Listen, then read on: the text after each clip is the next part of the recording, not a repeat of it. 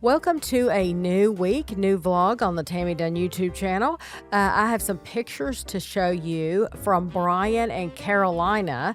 These were taken in Barcelona and Girona, Spain, and he sent them to me so that I could share them with you, and so I hope you enjoy them.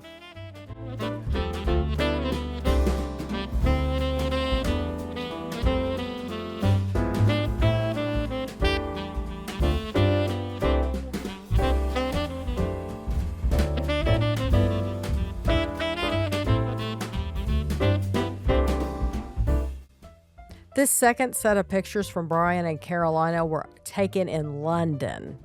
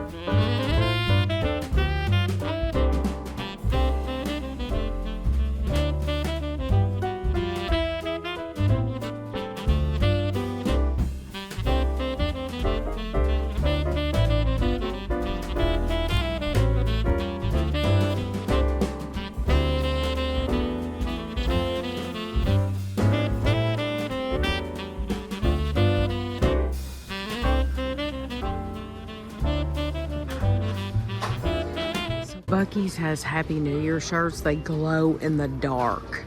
They have hats and they have shirts. And then they also have some little kids' dresses. My First New Year, and they have just little kids' shirts. Yeah, they all say Happy 2026 on them. So this is what it looks like back here. This is the front of the women's shirt.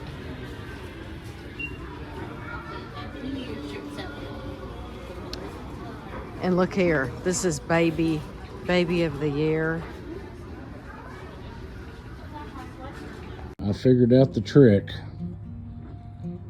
is that you just get over here and sit down and let them in this big stall. Because when I first come down here, Marley was trying to kick me. She wouldn't feel she was going to wear me out. But so I went on and got my chair and I sat down, and that little baby started coming over to me. And then Marley let her do it. Now, if I made a sudden move, she'd probably turn around and kick my head off. But she's letting me come in here. She's letting this baby come over here, and it's checking out the world. Smelling, it wants to smell everything. Just like a dog. Just like a dog. Yep. But I'm afraid to do any sudden moves. I'd love to check, make sure we got a female here. Yep, Marley's back over here again. When I was talking about checking her out, and then she darted back over here.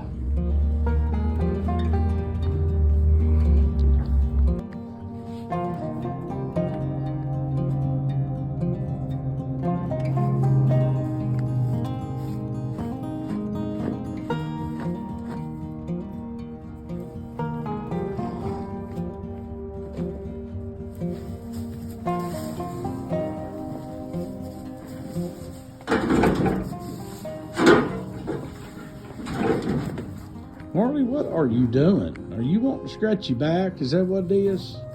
Huh? Trying to teach that baby how to get in the dirt, scratch your back?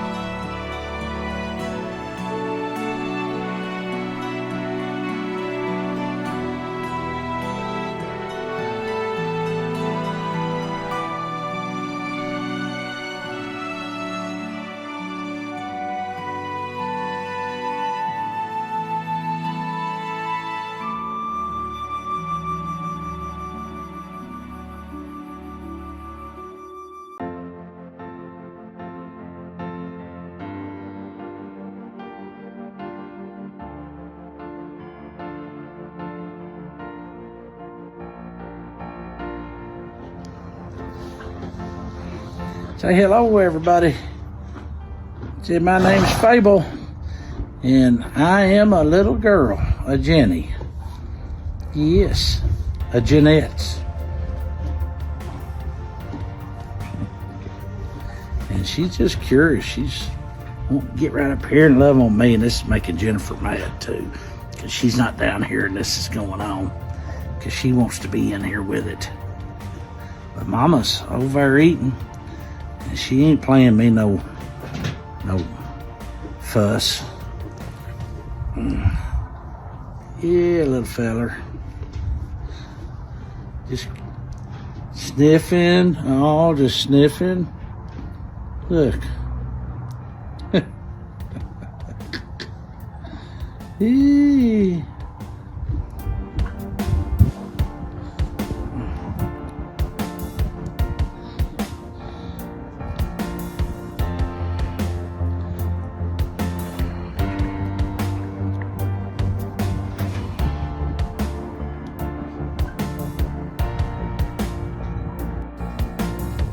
You better quit kicking me. Come right over here and kick me a while ago.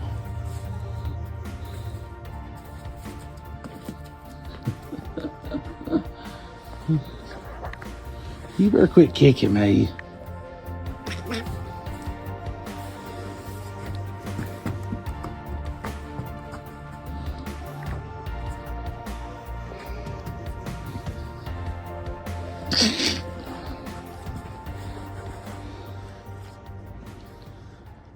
Right over and kicked me. Wish I'd have got that on video. Hit me right in the knee too.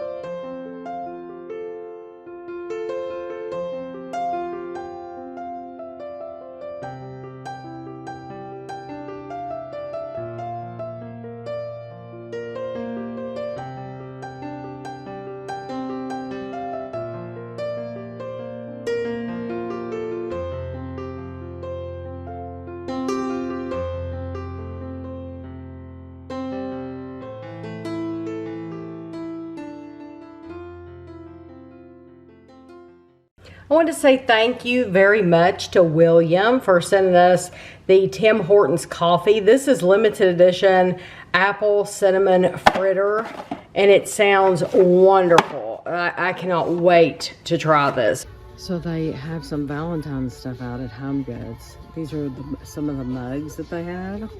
Look at the cute little strawberry shortcake mugs.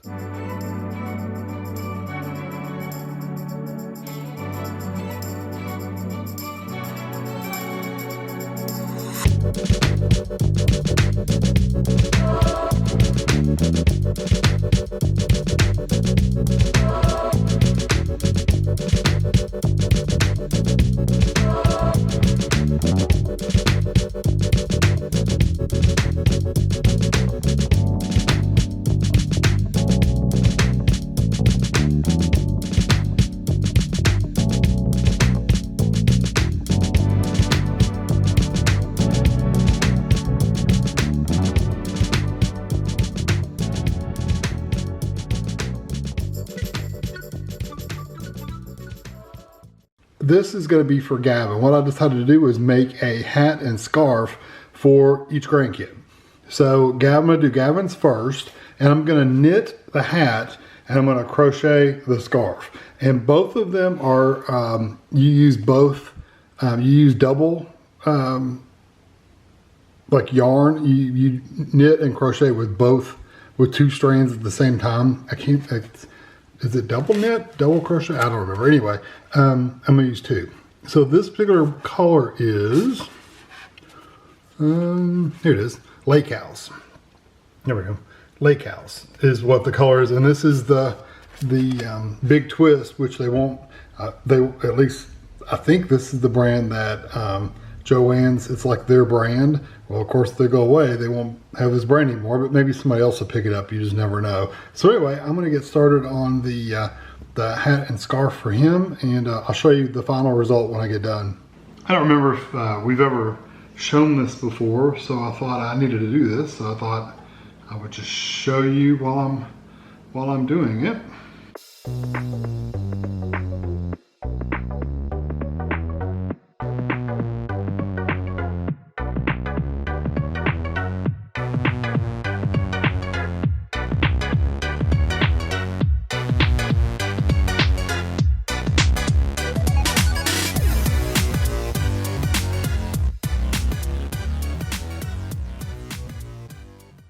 You just saw me roll up this yarn cake with the leftover yarn. I probably have, I don't know, enough to maybe make another, I don't know if it's enough to make another hat or not. Anyway, so I wanted to show you what I actually made with that yarn. So let me grab one. I made this scarf. I'm hoping to give this to Gavin for Christmas. I'm thinking that's a good boy's color. It's kind of manly. So I made that scarf, and I made three hats.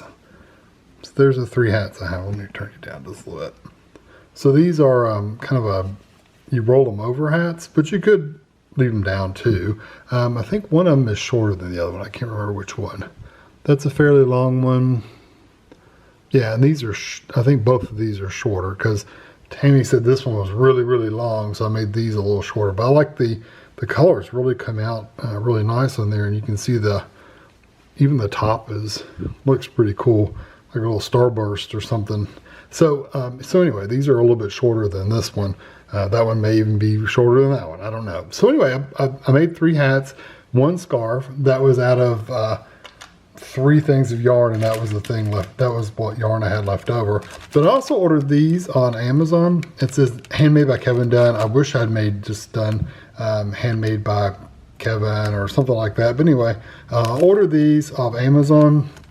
They look pretty cool, and I don't know how well they're gonna hold up. They got really good reviews, but I haven't opened them yet. I haven't even literally touched them with my hands yet.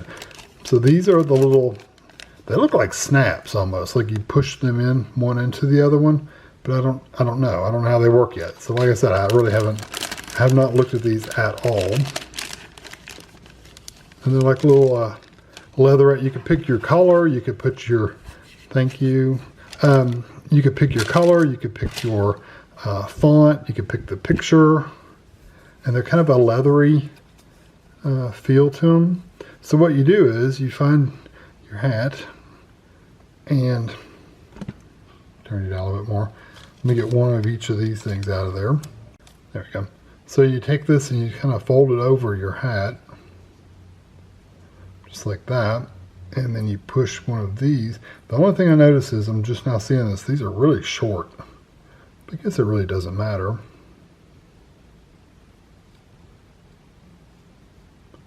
Go to the other side, and then you have this other non-nubbed in. No, it just pushes right in and snaps in place. Oh, that's pretty cool. So that looks really good. So either whether it's down like that, you can see what it looks like, and even if you roll it up, you'll be able to see it. That's pretty cool. I could have went a little bit further up. I wonder if you can take them back off once you've snapped them on place.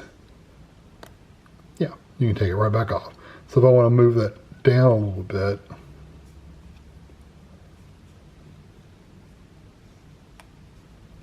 make it a little bit tighter, you can snap it off.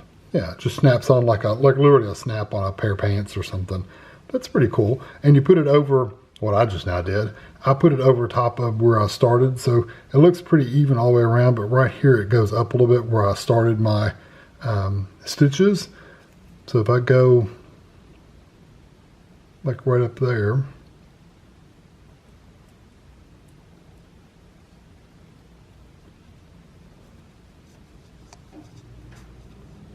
and I could definitely go higher.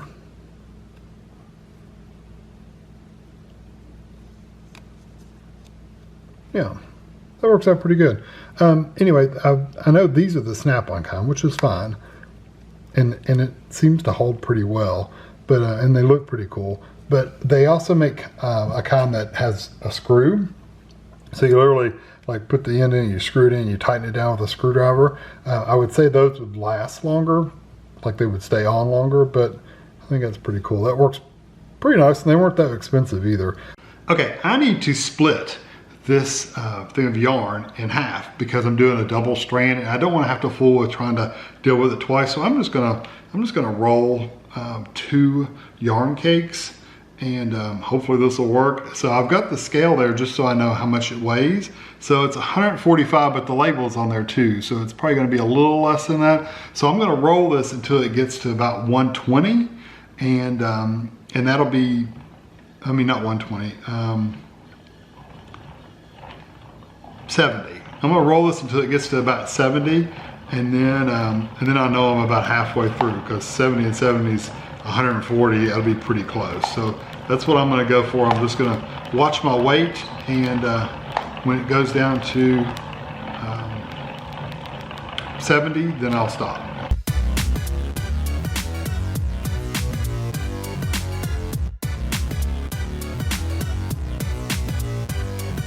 There we go. So this is right at 68 or so. That'll be close enough. And let me see how much this one is. And then I'll cut it in half, of course. But let's see what it ended up being. 80. So it's close enough. It'll be good enough for me to finish all what I'm working on.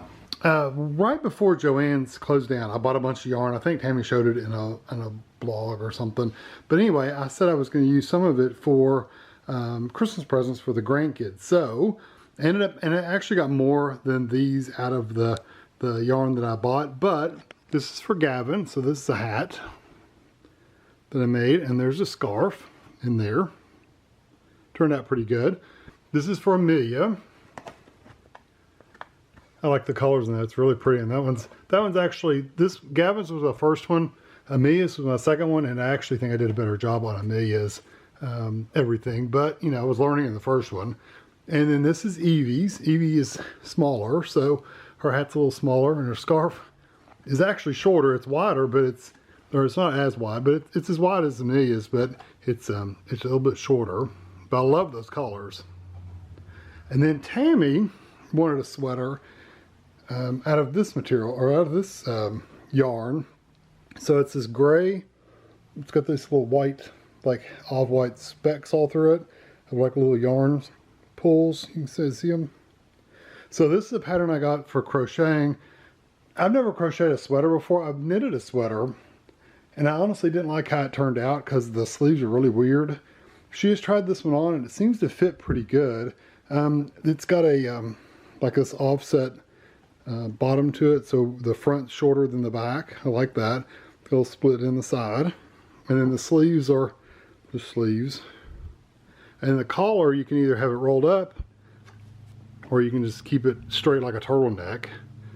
And it came out pretty good. I don't know if I would do this pattern again, but I liked it. It was pretty easy, but it was I don't know. It's kind of blocky, looking. It's not really anything fancy. It's just kind of square when you look at it. It's just kind of a square sweater. It's not tucked in or anything like that, which I guess not a lot of sweaters are like that. But anyway, she likes it, so that's all that matters. Once she tries it on, I'll let you see what she looks like with her wearing it. Hey guys, I wanted to show you this unofficial Snoop Dogg book and crochet kit. We bought this at Sam's Club, I believe. It was $15.48 at Sam's Club. It says the regular price is $22.99. We have seen this somewhere else, but I could be honest with you, I just don't remember where. It may have been at Michael's. It might have been at Hobby. It wouldn't have been at Hobby Lobby. It might have been, I don't remember where we saw it. We saw it somewhere else. I just don't remember where. So I thought I would open it for you and let you see what's in the package. And it includes everything to crochet your own Snoop. And what I'm going to do is, I think it's cool looking, but I'm going to give it to Ashley for Christmas because she'll think it's funny. It's Snoop Dogg Trivia and Project Book, 4 colors of yarn, the crochet hook, beads, for his necklace, the yarn needle, the plastic safety eyes and fiber. I don't know why it's safety eyes because he's got sunglasses on, but anyway, well, who knows? Don't know why you need safety eyes if there's sunglasses involved. There's what the back looks like. And we'll open it. Okay, looks like it has a tray. Turn you down. Oh, well, that's really nicely put together, isn't it? Nice book. I'll show you that in a second. You got your fiber fill. I don't think there's anything under here. No, there's not. There's your stuffing. There's your yarn. Hopefully they gave me enough blue and brown to make his skin and his suit and his hands. Hopefully, we'll see. There's the crochet hook. It is it a metal one? I think it's an aluminum hook too. Yeah, it's aluminum. I won't use that because I use the fatter ones that are easier to hold. These are too skinny for me. They hurt my hand. But anyway, there they are. That does give you one. And here's all your little extra stuff. So you get, there's your beads, there's your safety eye backing, and there's your safety eyes. They give you some thread, and they give you this big plastic needle, which I don't think you could thread those. Did they give you an actual needle? I mean, if they didn't, that's okay. I've got one, but they didn't give you an actual needle. Yeah, there's one. I can see it right there. There's a needle in there right under my finger. So that's so you can thread the necklace. So pretty cool little set. They give you everything you need. And like I said, hopefully it's enough, because I have ran out of yarn before in these kind of kits. Not from this necessarily this company, but this is from Chartwell Books.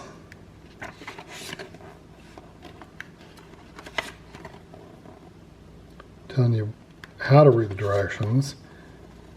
Gauge, stitch markers. They didn't give you stitch markers in here. Some kits do give you stitch markers. This one did not. I have them. I'm just telling you they didn't.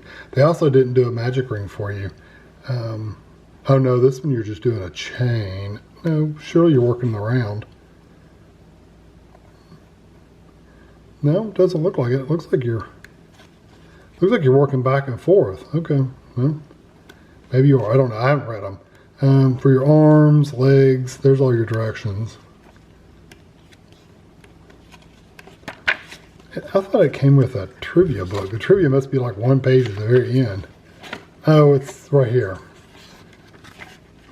Brief story of Snoop Dogg. So they must give you little like snippets all the way through here, but I only saw, okay, here's one right here. Here's another one. So yeah, it's not really a trivia book. I mean, you would never give this to somebody as a gift. I mean, I'm going to give her the book too, but anyway, I thought it was going to be like a whole page or two of like different little facts and stuff, but it's not. So anyway, I will show you when I get it done. Okay, just got finished with Snoop Dogg. I'm going to show you what I had left before I actually show you the man himself. So here's what I have left. Let me turn you down.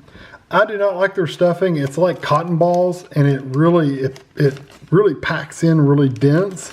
And even when you're just trying to push it in, it really packs in.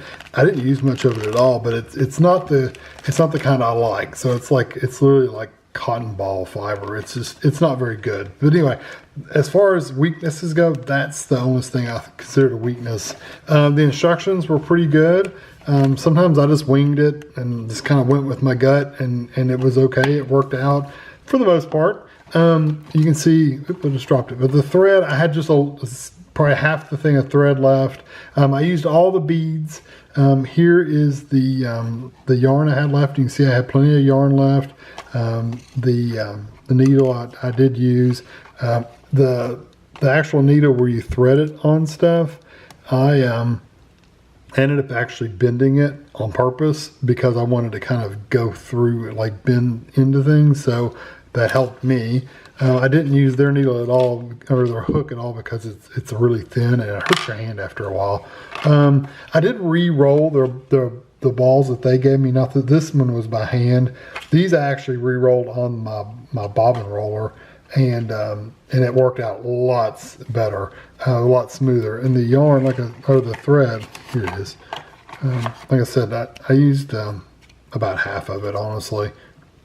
So for the actual Snoop Dogg, he came out pretty good. His mouth is a little weird looking, but that's okay. That's about the only weakness.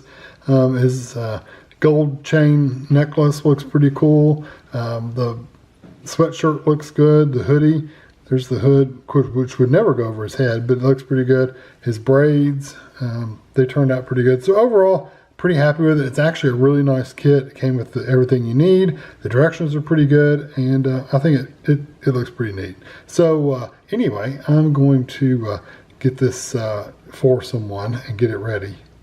I had bought this Juicy Couture yarn a while back at Joann's Fabrics, and it's really nice, fluffy yarn. It's really soft. So I made hair twisties or hair bands or whatever you want to call them. This is my last red one. I actually had 2 more. I gave them to Ashley and her friend Nicole. They've got the 2 of these. And then I made these black ones. So you've got 3 full-size ones, and you've got one that's a little bit smaller for like if you don't have, like for a kid or something like that. And then I've got these pink ones, same thing. I've got 1 smaller one and 3 full-size ones, and they're huge, fluffy hair bands. So I'm on my last one that I have because Joann's is not around anymore, and you can't find this actual brand of Juicy Couture anymore. At least I can't. This is the last one I have. This is the white, and looks for lure. It's actually just called White Angel. It's called Angel, but it's very white. The only problem with it is I only had these gray twisties. That's the only the ties that they had at the time. So I think it'll be fine, because really once you get them in here, you really don't see them unless you're really, really stretching them really far away, and then it's not that big a deal anyway. So once you put them in your hair, you'll never notice them anyway. So I'm going to work on these. I'm going to make, hopefully I'll get 4 out of these just like I have been getting for these, but I haven't done it for a little while. So I'm going to try my best.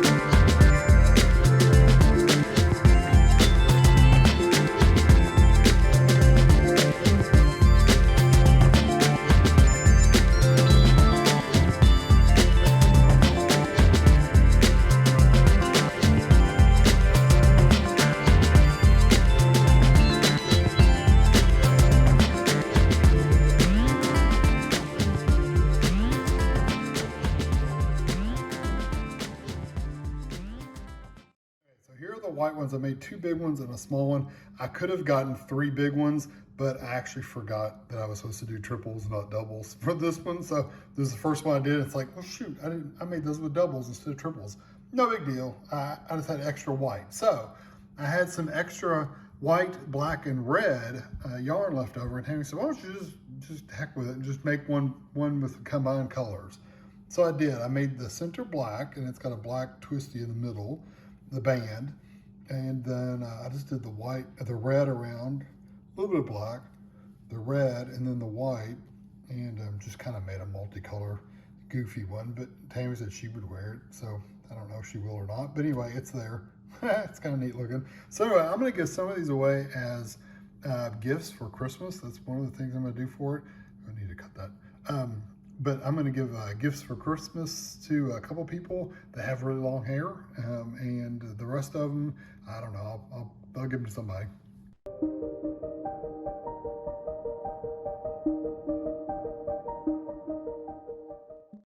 This is the mat out of the inside of our oven, and anytime I clean it, I try to show it to you all because it still amazes me how many times I see people take stuff out of the oven and they don't have anything like this in their oven, and these work great. So it's just, what do you think this is made of? Some magic silicone. It's made of something magical material where you put it in the bottom of your oven and it catches all the drips. So this, what you see here, is from mainly pizza. It's mainly making pizzas and stuff like that. But if you make pies or casseroles or anything and it bubbles over, this mat is really good at catching all the spills. It goes on your bottom rack, not on the very bottom. Right, yes, it doesn't go in the bottom of the oven, it's the bottom rack of the oven. And it just works really well. And I don't know that you're supposed to sit like baking pans on top of it, but we do. We, if like on Thanksgiving, when we're using both racks, we will set casserole dishes on top of it, and it's always been okay.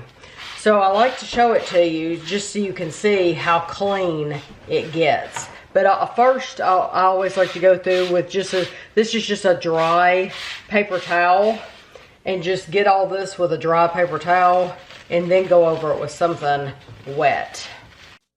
We are going to be having company to view the Redneck Brawl. So if you've never heard of the Redneck Brawl, it is a live fighting event, and it features amateur and local personalities. They have themed matches. It's known for its Appalachian flair, and they trash talk each other, and it's there's entertaining commentary. They have special comedians on there that give commentary, and they have state rivalries. So like this one was in West Virginia, the one that we're going to be watching later, and it was a lot of like West Virginia people versus Kentucky people. But now these brawls take place in a lot of different places. But one of the people, we're having, their names are Wade and Nicole, and they're the ones that have baby Elliot, if you remember me mentioning little Elliot. And Nicole is gluten-free.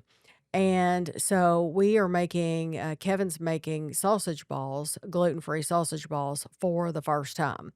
So we bought gluten-free Bisquick, and they come in these little bitty boxes. So we bought 2, and we used the same recipe that Bisquick uses on their website, but it's also the same recipe we had anyway. And um, we had never made gluten-free sausage balls before, and so we did not know how they were gonna turn out. So, Kevin and I actually, uh, usually we put them in the freezer until we're ready to pull them out and then bake them. So they're really good. You can make a whole big batch, and, keep them on hand, and then when you wanna get them out for lunch, dinner, whatever, you can just get them out, pop them in the oven it takes like half an hour, and, then it's a really good lunch, dinner, snack, whatever. But on this night when Kevin was making these, I said, we're going to keep some out because we wanted to try these out because we'd never made the gluten-free and we wanted to see how they were going to turn out. So here is Kevin just mixing in the cheese. And then next you will see him mixing in the sausage. But then I had the oven preheating and everything so that once he formed these into balls, we could just get them out, put them in the oven, and then give some a try so we would know what to expect later on when we gave them to our company. Now Kevin is moving on to the peanut butter roll. And so this takes powdered sugar and butter. Powdered sugar, half a stick of butter softened, and 3 ounces of cream cheese. And this recipe, if you want to watch a whole video from start to finish, this recipe is on the channel. So we always use Jif peanut butter for our peanut butter roll. And we have also done the same thing using Biscoff. But since Nicole is gluten-free, we couldn't use the Biscoff. But that's okay because I love Jif peanut butter anyway. So then you just take it and you roll it up. And Kevin's really good at rolling it up. And I think every time he makes it, he gets better and better with making that perfect roll. So now Kevin is making the chocolate fudge. It's called chocolate Christmas fudge or Christmas fudge, and the recipe is on the channel. And we haven't made this, I don't think, in a couple of years. Yeah, but it's absolutely delicious. Ashley always likes it, and everything about it is gluten-free, so it'll be safe for everybody to eat. So now Kevin is just pouring this into the pan. He's going to spread it out. And then sometimes we put it in the refrigerator to cool off, but this time he left it on the counter to cool. Okay, we're going to try, you can scoot back. It should be all on camera. We're going to try our first gluten-free sausage ball. How hot are these? They don't feel that hot. Pretty hot. Okay, that was too long. It was in the oven for too long. Mm-hmm.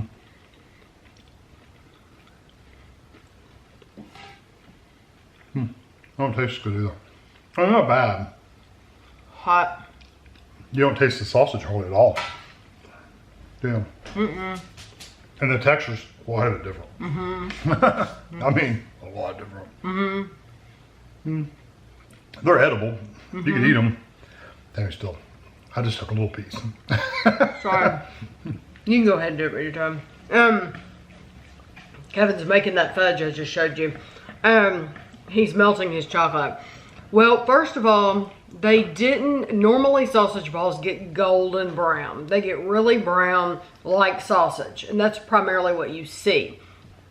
These were like very white, very powdery from the Bisquick, and so they were finished baking at 30 minutes.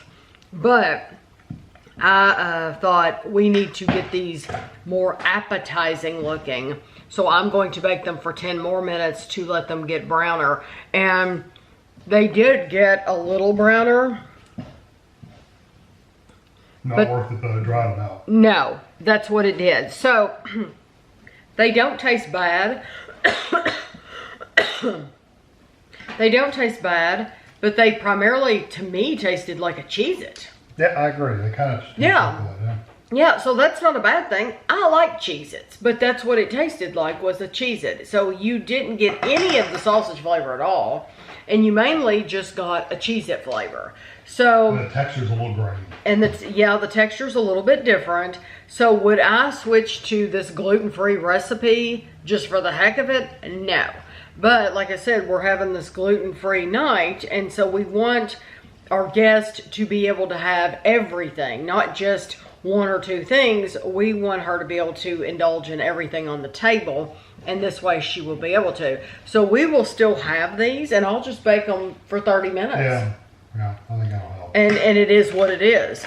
I do think, though, with that Bisquick, you're missing a lot of flavor. But you said you would use less Bisquick. I would use a lot. I would use 2 cups. 2 cups is instead of 3, which is a lot less. But we didn't know that, and we would have to literally, if we were to to make these again, we would have to go buy all the stuff again. You're talking about 2 pounds of sausage and another box of Bisquick, and you know, so there's a lot to go into it. The good thing is that it's 1 box of Bisquick, like that size. Right. And it's 2 cups, so it's just 1 box and. Right. So if you wanted to make the sausage balls, do 1 box of Bisquick, the gluten-free, and then 2 pounds of sausage, and then whatever, the paprika and the cheese, the Cracker Barrel sharp cheddar cheese. And how much paprika? Was it like a teaspoon? Yeah, it's not much paprika, and that's it. But yeah, 1 box would have been fine. So the flavor's not bad. It's just very different than traditional sausage balls.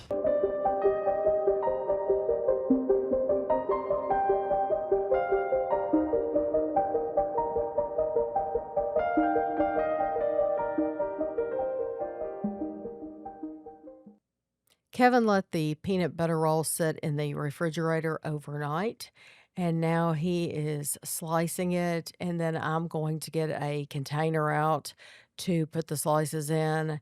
And I try to use, you don't have to use parchment paper between the layers, but I try to do that just because it keeps it nice and neat. And this was wonderful. It's always good. Nicole actually called it potato candy, and there is a potato candy recipe, but this is not that. This is a little different, but it's supposed to taste very similar. So now Kevin got that Christmas fudge out, and he had told me, he said, I'm going to cut it into small pieces, little bite-sized pieces. And then I got a tin out, a metal tin. I think stuff gets colder in the refrigerator if you put it in a metal tin versus like a Rubbermaid container, and I just like how cold it gets. It's kind of like putting milk in a glass bottle versus a plastic container. It just gets colder in a glass bottle. Now we have the Oreo balls. We made Oreo balls gluten-free. We used gluten-free Oreos. I could tell a difference. Kevin did not even try one because I told him, I said I did not think they were as sweet. I know they weren't. They were not near as sweet as they normally are.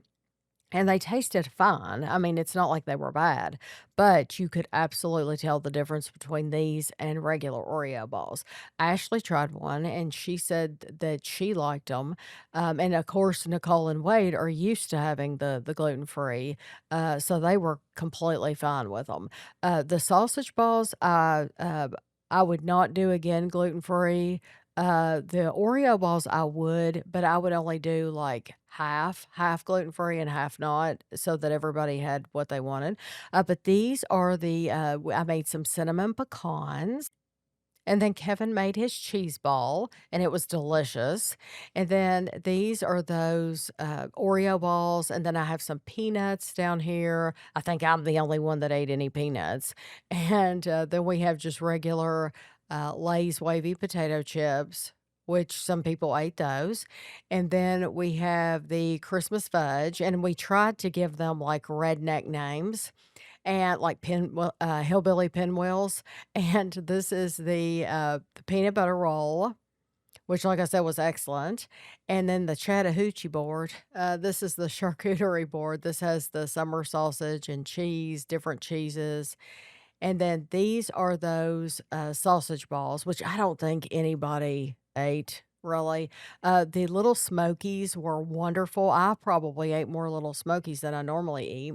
And then this dip was awesome. This is Rotel dip. It's the first time I ever had it. It is sausage, Rotel, and Velveeta, and it was 5 out of 5. Ashley loved it too. Ashley said she definitely wants us to make it again. So on Christmas Eve, we're going to have it again. Kevin is just preparing the potato skins. So this is what those potato skins look like. And they were delicious too. And then Nicole brought a variety of nothing but cakes. Look at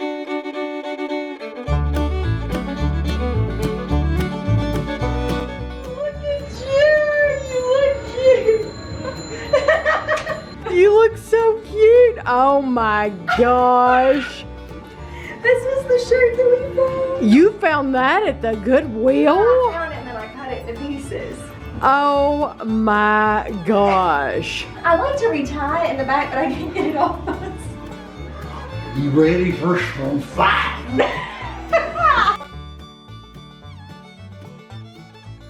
You ready to come in and watch Hey, the fighting? Michael! Come on in. I'm so ready! Oh my god! Oh my god! Oh my god! The shirt! The shirt! Oh my god! Oh my god! So we ate dinner, and Wade is going to teach us how to play Catan, and they have the extension, and we've never played this before, but Ashley has played this. That's your cheat thing to tell you like what you need resources wise to build whatever. Now to have a settlement, which is a house, you have to have 2 roads going. So road, settlement. Road, settlement. Then if you have to have a settlement to have a city. So you have to have those resources and trade it in, and then you can get rid of that to make a city. I'm gonna turn these on. If you're on this port, if you have a settlement on this port, Okay. for every 2 pieces of wood, you could trade into the bank of whatever you want. Because we have to trade, wheel and deal to get stuff. Because you only get, in just a minute, he's gonna place all of these on here. And so like, each one has a number. We'll roll the dice, and if it lands on a 6, and say a 6 is here, if you have a settlement on any of these corners, you get wood. Oh, But then sometimes I'll be over here, and I don't have any wood, but I need wood to make anything. Right. I'm gonna trade you, ask you, hey, I'll give you 2 rock for a wood. And if you want to, you can, you don't have to. So if you're on that port, you could just trade in 2 wood for whatever. So it would make sense for you if you're on, like this is a good port to have because you're sitting on wheat. So your wheat is too weak to 1 and what anything you want. This can be anything, it doesn't have to be anything. On the outside. Here. So this is rock, obviously, wood, sheep, brick, Brick. Okay. and then this is nothing and nothing. Okay. Wait, what's sheep? Tell me again. The grass. And it tells me on the card, doesn't it? Mhm. Yeah, okay. And The cheat then, sheet card is very helpful.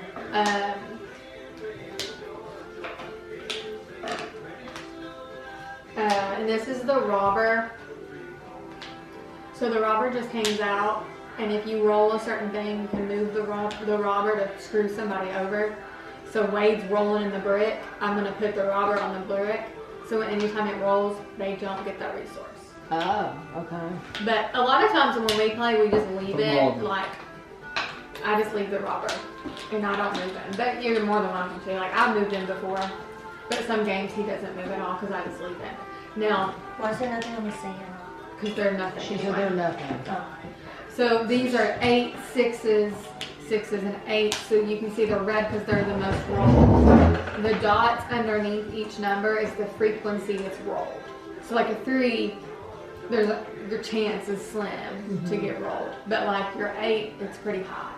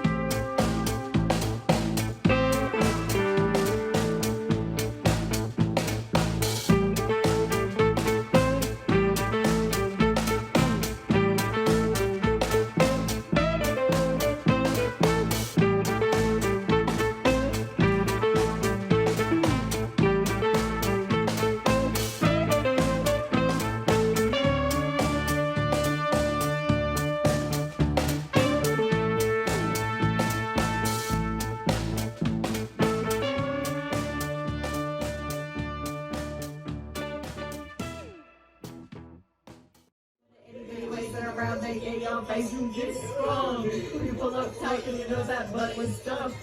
Even the jeans she's wearing, I'm hooked but I can't stop staring. Oh baby, I wanna get with ya and take your picture. My homeboy's trying to warn me that that butt you got making me so horny. Ooh, I must lose me. I see money in my man.